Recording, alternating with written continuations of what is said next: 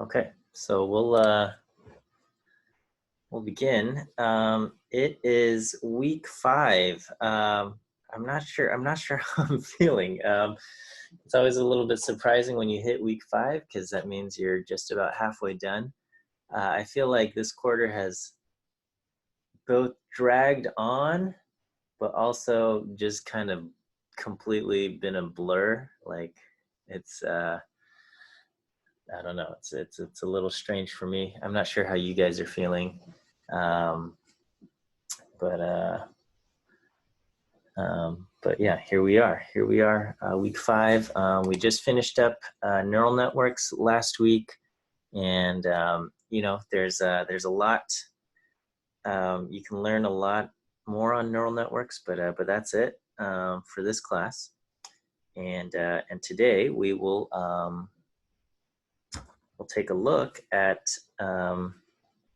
maximum likelihood. But before we get into that, let's just do a quick recap of least squares regression. So this was all the way back in week 1, which feels like ages ago. But this is what we had.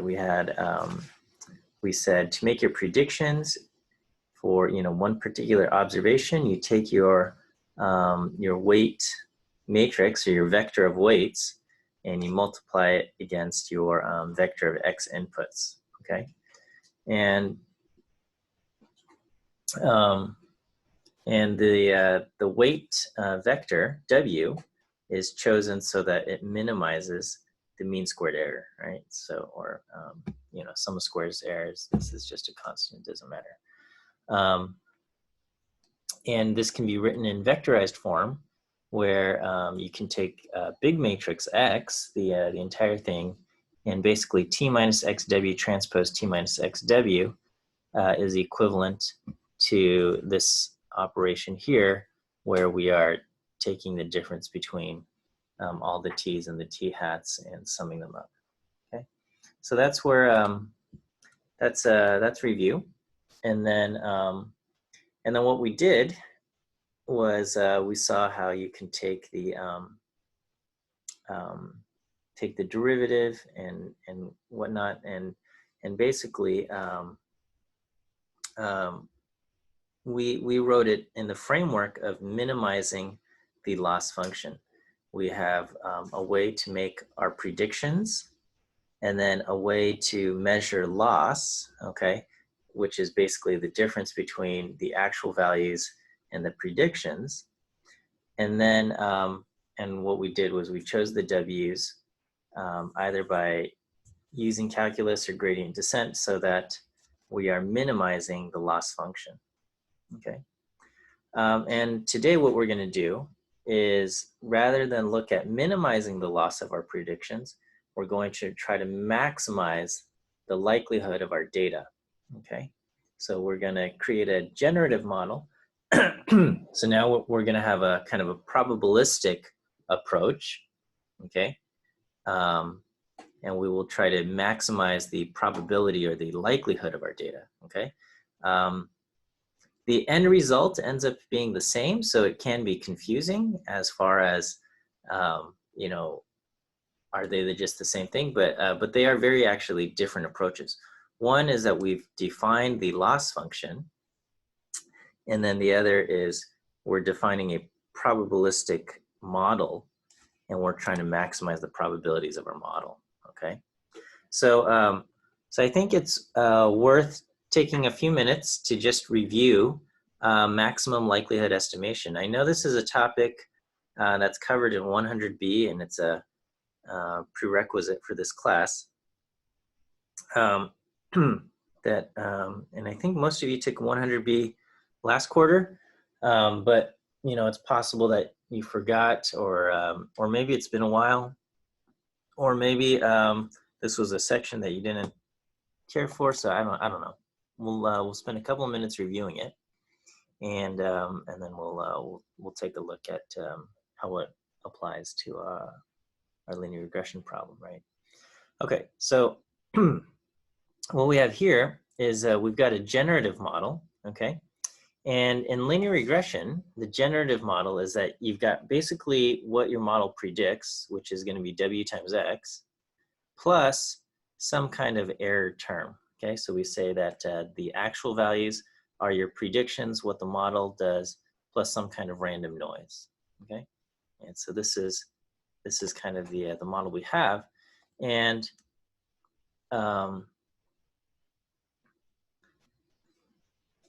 so here the key difference is that this error term, including this error term, makes it a probabilistic model. Okay, before, when we were minimizing the loss function, we were just trying to minimize the difference between t hat and t.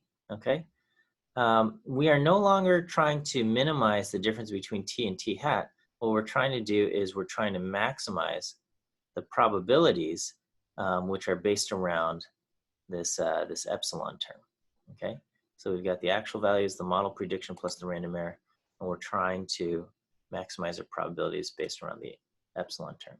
Okay, so now, so we've got a probabilistic model, and therefore we're going to say that all of our observations come from some kind of probability distribution. Okay, and if we know that our observations come from some kind of probability distribution, we're able to calculate the likelihood of our data. Okay, so what we want to do is we want to select model parameters that will maximize the likelihood of our data. Okay, so what? So this is what we have here. This is our linear regression model. Is you know, each observation is W times X plus epsilon terms, and basically the key assumption here that we're making is that our epsilon error terms are normally distributed with a mean of 0 and some kind of variance sigma squared. Okay, so that's the key assumption. If this is not a good assumption, then we won't have a good model, right? So, you know, does it make sense for the error terms to be normally distributed around 0? I think that's that's kind of the key assumption that we've been kind of trained on in linear regression. But yeah, you know, there might be situations where this is not a reasonable assumption. Okay, and so because the epsilon terms are centered at 0, if I combine this and this, okay, basically we can say that epsilons come from a normal distribution centered at 0, okay, or we can say, well, t sub n comes from a normal distribution centered at w times x sub n. Okay, so we can, this is basically what we have here. How's this all going for everybody? Is this okay? All right, let me give you, I'll give you your first quiz answer. It is B. B as in boy, or bicycle, or bear. I don't know, B. First quiz answer is B today. All right. Okay, so this is what we have. We got T sub n coming from whatever line is defined by W times X sub n. And then, but some normal terms here, okay? And so this is just a crude sketch. I guess I could have drawn it, actually. Okay, so if you've got some scatter plot that looks like this, basically our generative normal model says, I don't know what happened here, but this blue line represents the actual, not the actual value. This blue line represents what our line predicts, which is W transpose XN, okay? And then, and along each spot, you basically have a normal distribution centered around the blue line. And so the dots that you see are basically coming from, you know, a normal distribution centered at this location, a normal distribution centered at this location, this location, this location, so on and so forth. So you have this kind of normal distribution that's centered around whatever line of fit we have, okay? Which is basically what we've got going on here. Okay, and so so we have a probabilistic expression for observing our data, okay? And what we want to do is we want to select our model parameters, the W's, so that we maximize the likelihood of observing the data that we have, right? Is the blue line in this picture the average value or the predicted value? The blue line is the predicted value. The blue line is the line defined by W transpose X. Okay, so you got a blue line, yeah, that's W transpose X, that's the prediction. And we are saying our model is that the data come from a normal distribution centered around the blue line. Okay. All right. So so let's just quickly review maximum likelihood. So this is completely unrelated, but the way maximum likelihood estimation goes is when you do this, you treat your observed data as fixed, and you want to pick your parameters so that the probability, the likelihood probability, is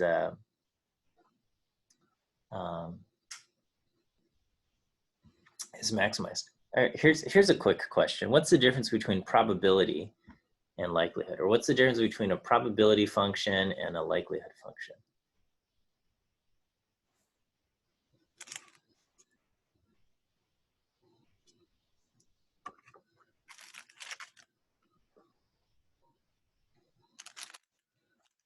Nobody? Okay. What are the properties of a probability density function, a PDF? So pretty much, not pretty much any, but like there are lots of functions can be probability density functions as long as they have what are the requirements to be a probability density function? An area of 1. Has to integrate to an area of 1, and anything else? Anything on the range?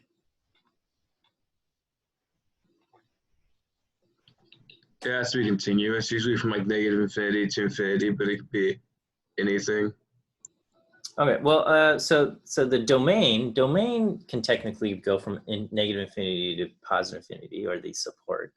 Yeah, if we're talking about a density function, it's continuous. But the range always has to be positive, okay? You can't have any negative probabilities, okay? And then, yeah, and it has to integrate to 1. Okay, what about a likelihood function?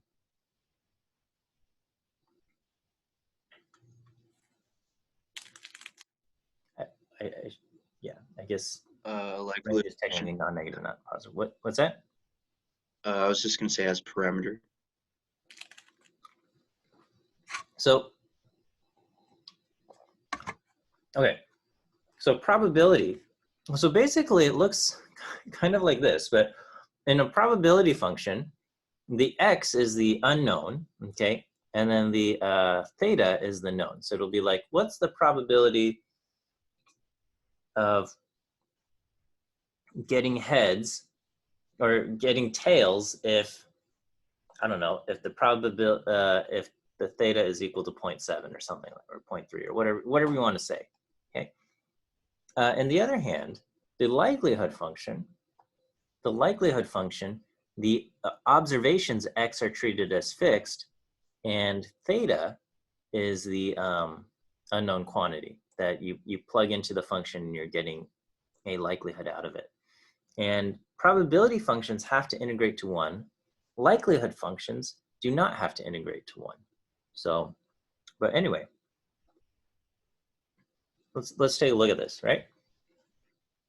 So here's just a Bernoulli distribution problem. 10 marbles in a pouch, 3 of the marbles are red, the rest are blue, okay? And we're gonna say the probability of drawing a red marble is 3 out of 10.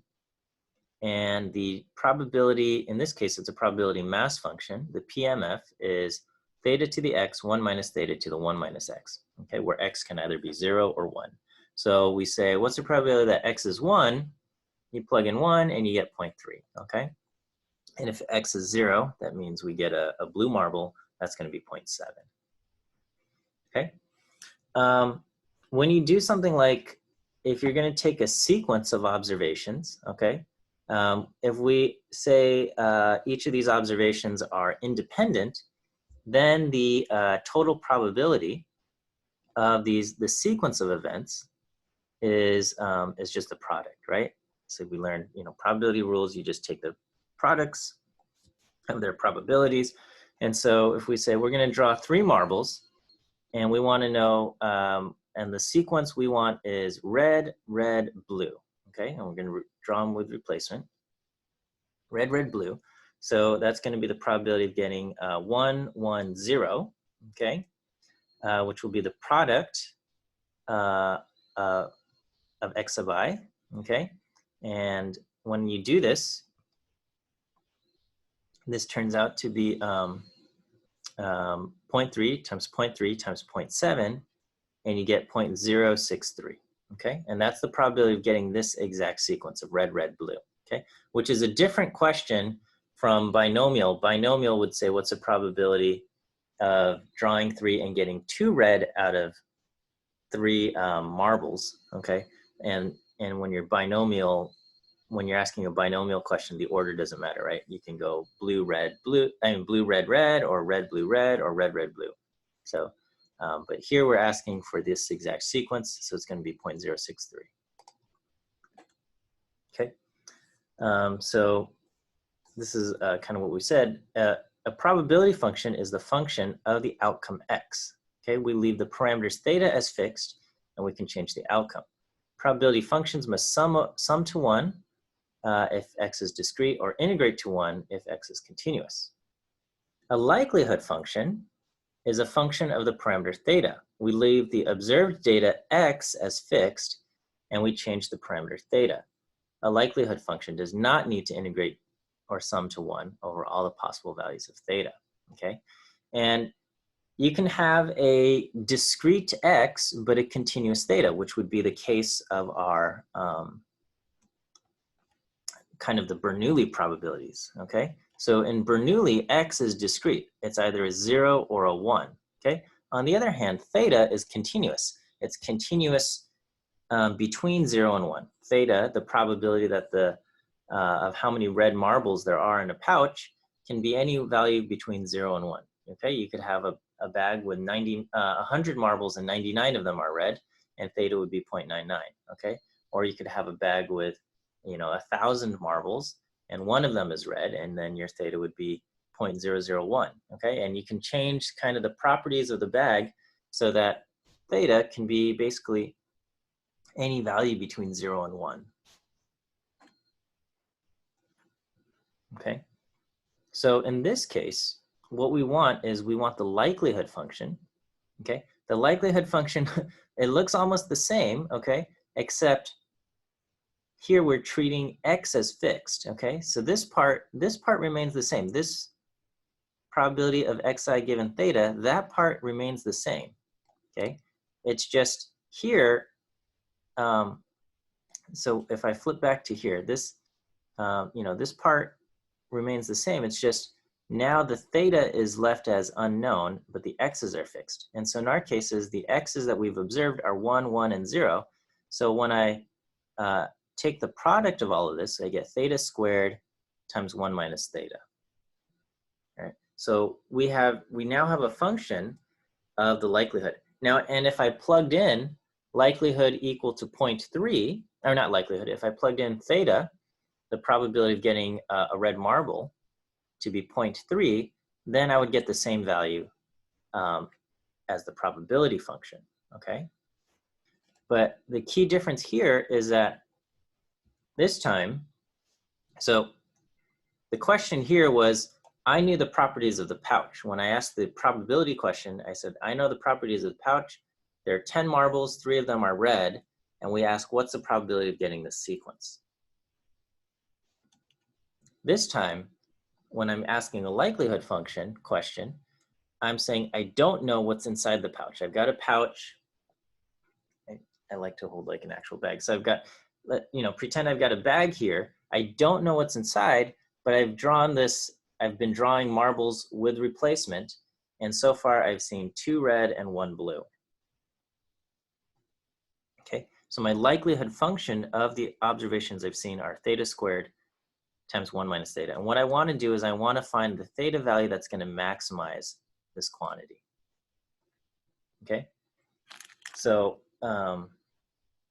what's the what proportion of red will maximize this? Okay, what value of theta maximizes this quantity? So this might be possible, but taking the derivative of a product, requires us to use product rule, and it can get kind of messy. So so often we like to take the log likelihood, okay, the logarithm of the likelihood, which turns the product into sums, okay. And so if I take the log of the likelihood function, I'm going to get 2 log theta plus log of 1 minus theta, right? And then I can take the derivative of this with respect to theta, okay? And so so this is what I get. I get derivative of this. So derivative of the log is 1 over theta, or so I get 2 over theta plus, and then the derivative of this is going to be 1 over 1 minus theta. With chain rule, we have a -1. And then solving for theta, okay? So I'm going to get 1 over 1 minus theta is equal to 2 over theta. Multiply both sides by theta and 1 minus theta. I get theta is equal to 2 minus theta. And solving, I get theta is equal to 2/3, okay? Which makes intuitive sense, I believe, when you see, if you've observed 3 marbles and 2 of them are red, the best estimate for the proportion of red is going to be 2/3. Okay, and so this is the value of theta that maximizes our likelihood function. Okay, does that feel okay? Everyone's happy with that?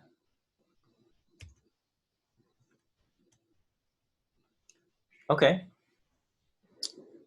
So we're going to apply the same approach here so that we can maximize our linear regression model. Okay, so we get some observations. Okay, and we're going to say our observations T come from a normal distribution that are centered at W transpose X with some noise, with a standard deviation of sigma squared. Okay, so this is what we have, and therefore, if you have a whole bunch of X values, okay, we can say the likelihood. So remember, this time the parameters that we are adjusting are W. Okay, we're trying to find the values inside W, the weight vector that will maximize this probability.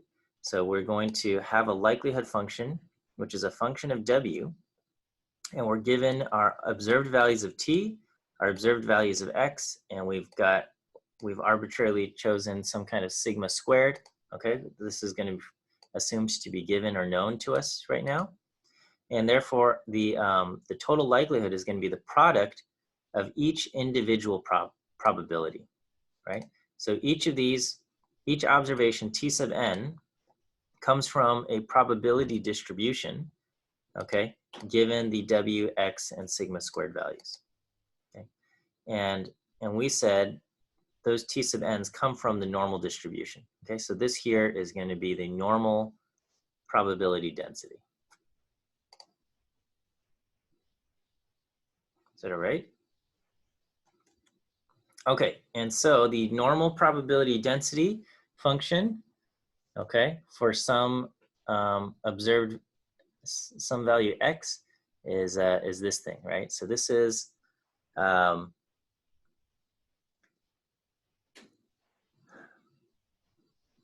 I feel like if you're going to graduate with a statistics degree, you should, if you don't memorize the entire normal distribution, there's one key aspect to the normal distribution. And what is that? It's going to be E raised to, and then the key part is this basically negative x squared, okay? So if you just create a function E raised to the negative x squared, you're going to get something that at least has the shape of the normal distribution. You're going to be missing the constants that get it to integrate to 0. But the key is that just so that you can recognize this out in the wild. I don't know how often this exists out in the wild, but e to the negative basically x squared, okay? So this is our normal distribution. And that's what's going to plug into here to get our likelihood function. Okay, so we're going to plug in our normal, okay, the normal density function into this, and so the total likelihood of everything is going to be the product of all of these normal densities. So we're going to say, you know, here's one observed value that I got. Here's another observed value I got. Here's another observed value I got. And each of those has their own probability density. And we're going to take the product of all of them, and we want to choose the W's that will maximize the overall likelihood. Okay. Do you guys do this in 100B, or did you just do different maximum likelihood estimation problems? From what I remember, we just did the, like we focused mainly with the normal distribution, like what you're doing here. Okay, so you did normal distribution maximum likelihood estimation, but it was mostly for estimating the mean and variance, or what? Familiar, Yeah, but it's generally for estimating mu and theta. mu and theta, but not for linear regression. Okay. All right. So we're applying maximum likelihood estimation to linear regression. Okay, and we want to find the values of W so that our linear regression model, because we said that our values of T come from this thing, right? So remember, in our model, the T's are fixed, okay? These are observed, okay? The X's are also fixed. And the only thing we get to play around with, the only thing that we can adjust is the W's. And we want to do it in such a way that we're going to maximize the probability of our observations here, okay? And the probability of our observations are basically, is going to be the product of all of these normal density functions, okay? All right, so our likelihood's a function of W, everything else is fixed. So the variance is constant, the observed values T are fixed, the input values X are fixed, and we want to find the value of W that maximizes this quantity here. Okay, so what are we going to do? Well, we're going to basically do a calculus here. We're going to take the derivative of this thing and we want to maximize it, okay? But again, taking the derivative of a giant product is messy because product rule is messy, right? When you're dealing with calculus. And so, so what we want to do is we want to take the log likelihood. Okay, so we got, why are the values of W and T swapped between the L and the P part?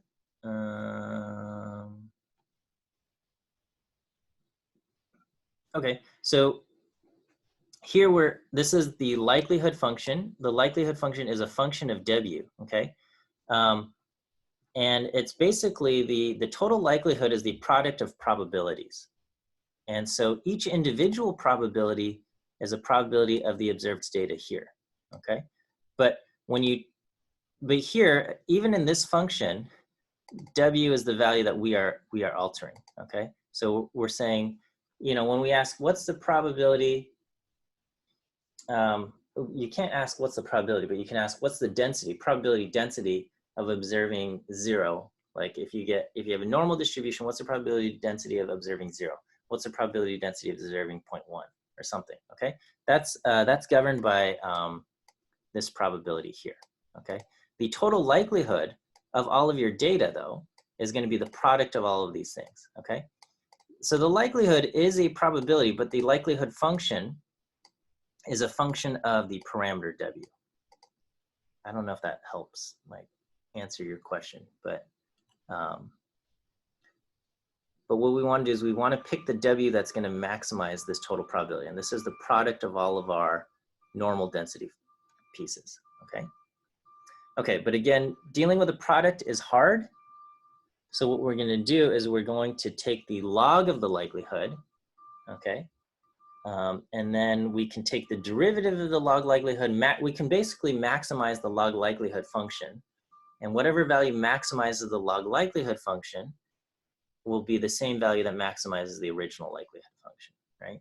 Because the log is a monotonic function, so that the values that maximize the log likelihood will maximize the likelihood itself, okay? So here's the likelihood function, and the likelihood function is a little bit tough to deal with directly, okay, because it's a product. So what we do is we take the log of it, right? So if I take the log of a product, it becomes the sum of the logs, okay?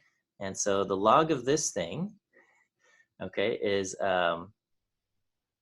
basically I have 1 over theta, okay, which would become negative log of theta, and then 1 over the square root of 2 pi, which is going to be negative 1/2 of log of 2 pi, okay? So I've got negative 1/2 log of 2 pi minus log of theta here, and then the log of the exponent just becomes whatever's inside the e part, right?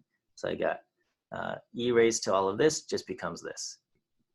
Okay, and then so if I distribute the sum from 1 through n of all of this, these are all constants, so it becomes negative n over 2. Negative log of theta is also constant, so if I've got n of those, it's going to become n log of theta.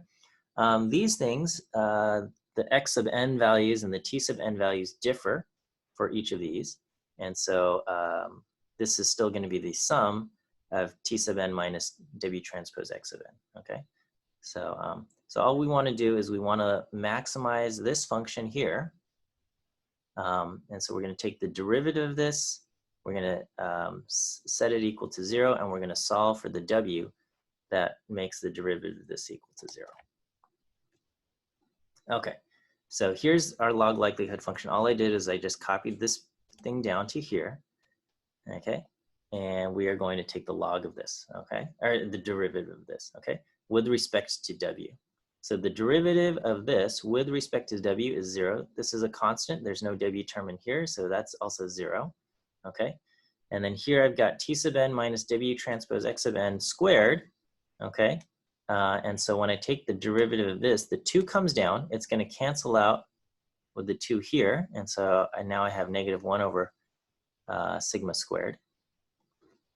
And then chain rule applies, and so w transpose is being multiplied by x of n, so we're going to take a chain rule is going to multiply by x of n, it's negative, so it's going to be that. Okay, it says, is it true that we set the derivative equal to 0 and solve w for getting both maximum and minimum? Yes, yes, right? That's what we learned in calculus, that at the minimum, the derivative is equal to 0. At the maximum, the derivative is equal to 0. So here we are solving for a maximum, and we're going to take the derivative, set it equal to 0, and maximize, okay? Keep in mind, though, that the function that I'm trying to maximize comes from the product. I take the normal density, and I'm taking a product of all of these things, right?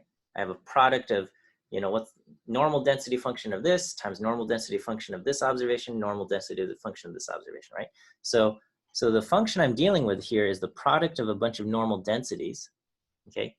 To make my life easier, I took the log, and I'm now taking the derivative of this and setting it equal to 0, okay? So the origin of these things is different, whereas when we were minimizing the sum of squared errors is that we had a way to calculate the squared error, and we were trying to minimize that. Okay, so anyway, let's go ahead and continue taking our derivative here. So we're taking the derivative of this with respect to w, all right? So this negative here cancels out with this negative here, okay? And this thing is, what's inside here is a 1/1 constant, right? So t sub n is a 1/1 scalar value, and then w transpose, which is going to be 1/2 multiplied by xn, which is 2/1, is also going to result in a 1/1 scalar. Okay, so so when I have this, I've got a 1/2. Xn is a 1/2 vector, and then this whole quantity over here is a 1/1 scalar value.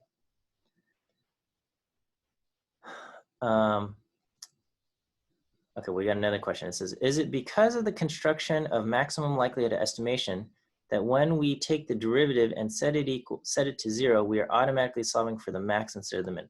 Well, basically, we're solving for critical points. Okay, we're solving for critical points, and yeah, I guess we should be checking to see if it's going to be a local max or a local min. But yeah, with the way this is constructed, when we find the critical point here, it's going to be a point that maximizes the log likelihood. Okay. Yeah, it's just because of the construction, we're going to be ending up solving for the maximum.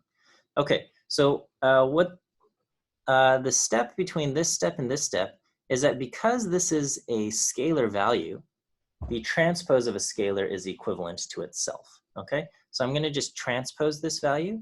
W transpose xn transpose becomes xn transpose w, and I can do that because it's a scalar. Okay, and in many other circumstances, you cannot just transpose a matrix or transpose a vector and expect it to be the same. But here I can take the transpose of this, and it's the same because this is a scalar value, so this is also a scalar value. Okay, it's the same. You know, the transpose of the number 4 is the number 4. Okay, so anyway, I can now basically distribute the x sub n's. Okay, and I've got x sub n times t sub n. Okay, and the dimensions don't align here, but because this is a scalar, it doesn't matter, right? I can just, this is a scalar, and then x sub n, this is also a scalar. So that's fine. Okay, so I can have this. You don't have to worry about dimension mismatch when you're multiplying by a scalar. Maybe I should replace 1 by 1 with scalar. And okay, so this is what we've got here. And okay, so the next slide, I'm going to copy this. I've got 1 over sigma squared, the sum of xn tn minus xn transpose w. That's what I've got here. 1 over sigma squared, the sum of xn tn minus xn transpose w. And this is equivalent to 1 over sigma squared, the sum of xn tn minus the sum of xn transpose w. Okay, so I'm just distributing the sum across all of these things here. And what I want to do is I want to get rid of these the sub n, the subscripts n. So let's just kind of recall what these matrices represent. So if it's linear regression or whatever, you know, here, if it's simple linear regression, I've got xn is 1 over x, is this matrix, this 2 by 1 here. And then big X is the, basically all of these things transpose. It's going to be an n by 2. T is an n by 1, and W is going to be 2 by 1. And so what we can see is that if I take each individual value, xn, tn, this can be, I can get rid of the summation just by doing x transpose times t, right? Because x and t, and this is the sum of all the 2 by 1 values, okay? So I would take this thing times the first one, and this thing times the second one, and this thing times the third one. And basically, I can do all of that by just transposing the X matrix, multiplying it by the T, and I will get basically the sum of all the 2 by 1s. So this is going to be X, can be written as X transpose T. And then over here, I've got XN, XN, TW, okay, the sum of XN, XN, TW. So this is a 2 by 1 times a 1 by 2 times a 2 by 1, which is going to result in a 2 by 1. And if you look at all of these operations, what I can do is I can take x and transpose it and multiply it by x itself. So that's going to be a 2 by n times an n by 2. And so this will be basically the summation of all of these things, a 2 by 2 matrix, multiplied by w, okay, which is basically what we got going on here. And so I can replace this summation with x transpose x w. Okay, so you might have to stare at this slide for a little bit to check, but I'm going to keep going on here. And so we get the derivative of this likelihood function, the log likelihood function, to be 1 over sigma squared x transpose t minus x transpose x w. Okay, and we set this thing equal to 0, and we're going to solve for w. Okay, find the w that, so this thing equals to 0, and so basically I can add x transpose x w to this side. Well, first of all, I can just get rid of the 1 over sigma squared because it's going to equal 0. And then I'm going to add this to this side and then multiply both sides by the inverse of x transpose x. And I get w hat is equal to x transpose x inverse x transpose t, okay? Which maybe by now is, at least feels familiar to you. This is the same result of w hat that minimizes the sum of squares error, okay? Or the mean squared error. So, so it turns out that minimizing the sum of squares error, we get the same result that we did today, where we were trying to maximize the likelihood, okay?